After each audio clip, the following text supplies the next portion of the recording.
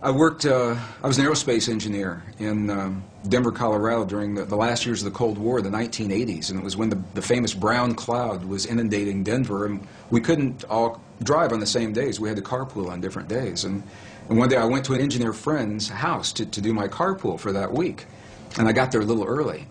And I'd never been to his house before, and I said, "Can I use your bathroom?" And I went in there, and he had little Post-it notes of affirmations all over the bathroom, and it said, "My perfect mate is manifesting for me now. My perfect mate is manifesting for me now." We got in his car, and he had little Post-it notes all over the dashboard and the rearview mirror. "My perfect mate is manifesting for me now." And of course, I knew what his office looked like, and it was the same way. He had them all over the walls in the CRT. I said, "Does this affirmation work for you?" He said, "Nah." He said, "It never does." And I said, "Why do you think that is?" And he said, well, look at me. Who'd want to be with somebody like me? I'm just an engineer, you know. He had a very low self-esteem about himself. And I began to think about the way that he was applying those affirmations, and other people have applied them very successfully. And what I found the difference was, for him, it was a thought process that never went beyond what was happening in his mind, in his own picturing, his own self-esteem. And the thought is important. The ancients are very clear about this in the Sanskrit text. They tell us that the thought is the image of the quantum possibility.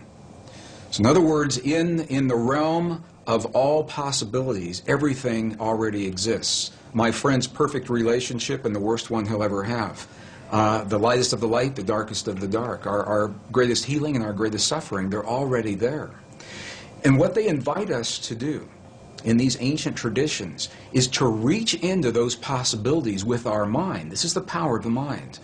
And isolate, we lock in one of those possibilities. So now we have taken it and identified it. However, to bring it into this world, to breathe life into that possibility, is the power of human emotion. Our love for that possibility, or our fear of that possibility, either one will work. To bring that quantum possibility into the particle reality of our everyday lives. We don't have to know that. It sounds very technical. We just have a feeling. But this is the science of, appears to be the science of how these things are working. So this is why our self-esteem is so important. When we feel, when my engineer friend felt that, why would anybody want to be with me, is what he said to me. The affirmation for him was an empty affirmation. It was a thought that had no energy to invite it into this world. And an example of just the opposite of that is I know of other people who have simply made a list of all of the attributes of a perfect partner in life, because this is what many people, I'm using as an example. It works in healing, it works in peace, but we're talking about relationships. They make a list of all those attributes, and then they come from the place that relationship is already happening. What is their life like? How is their life different now that perfect partner is there? How is their evening different? How do they spend their time differently? How do they feel when they wake up in the morning and share their lives with someone? And it's those feelings that they live throughout the day. It's not something you sit down and do for a minute and then you get up and walk away. Rather, it's something that we become. We live our lives as if these experiences have already happened, and in that way we invite them into our lives, and they happen frighteningly quickly for some people. It's amazing. I know people that haven't finished their list, and they go out for lunch or a cup of coffee while they're making the list, and the person that just brought them their lunch is the person that's on that list, and they fall in love and they're married 20 years later. I know people that's happened to. So it's about clarity. It's about specificity. It's about being personal. Being very clear that these are personal desires. Scientifically, it appears that this field, the divine matrix, it is a mirror and a bridge between our inner and our outer worlds. And it can only give us what we give it to work with. And the interesting thing is that we have been conditioned to feel the feelings of the things that we don't want in life and that we're afraid of. We wake up in the morning and we see the 6 o'clock news and all the things to be afraid of, and then we go through our day saying, oh, I hope I'm not going to see that today, or I hope it's not around the corner.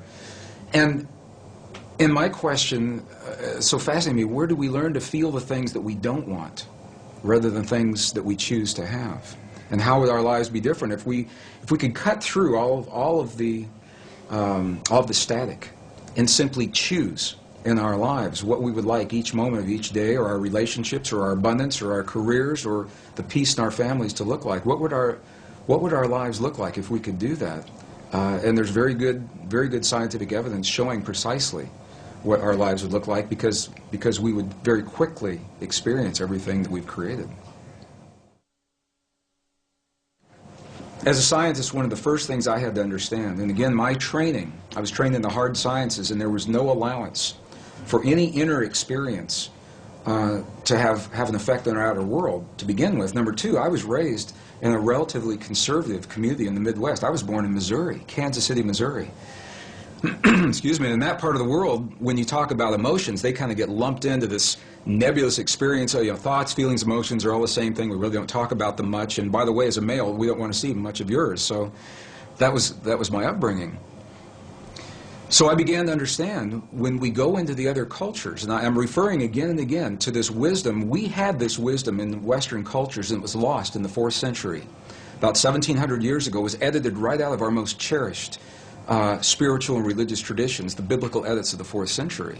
It was not edited from the other cultures that we have visited, and that's the value of going into these cultures. And they identify 3 separate yet related experiences that we all have in our bodies, and they literally call them thought, feeling, and emotion. And here's the difference. The thinking, they identify with the 3 upper energy centers of the body. The Sanskrit traditions have a 7 energy center or 7 chakra system that they work with. And they say the upper 3 are related to what we call thought or logic processes. So when we think about something, we picture it in our mind, that perfect relationship or peace between nations.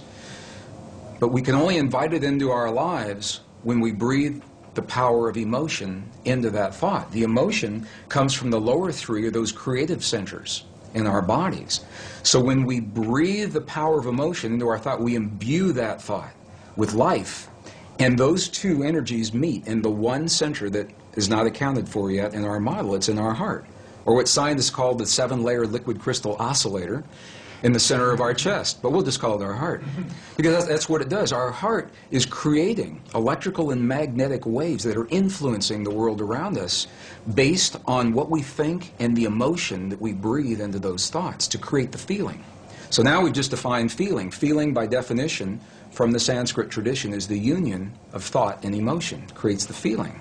Now what makes this really interesting is that those traditions say we are capable of only 2 primary emotions, love and whatever we feel the opposite of love is. And when you get really deep into the teachings, there are 2 aspects of the same thing. But what they say is when we have our thought, we are either breathing the love of that thought or our fear of that thought to create the feeling, and the feeling then becomes sadness or joy or compassion or anger. Those are not emotions, those are feelings. Now, for some people, they say, well, you know, you're nitpicking. What difference could it make? And these are the subtle differences between these ancient ways of viewing this inner technology. It's literally a technology, because we can have the same thought or the same affirmation and imbue it with a different emotion and have completely different feelings and create a different outcome. And this is the great secret that was edited out of our Christian and pre-Christian, Judeo-Christian traditions. When 45 books were removed in the 4th century, 20 were taken out completely. Another 25 were condensed and rearranged. And we know this because we found the information now in the Dead Sea Scrolls, the Nag Hammadi Library, the Coptic, the Gnostic texts. So we know what those texts would have said if we had had them.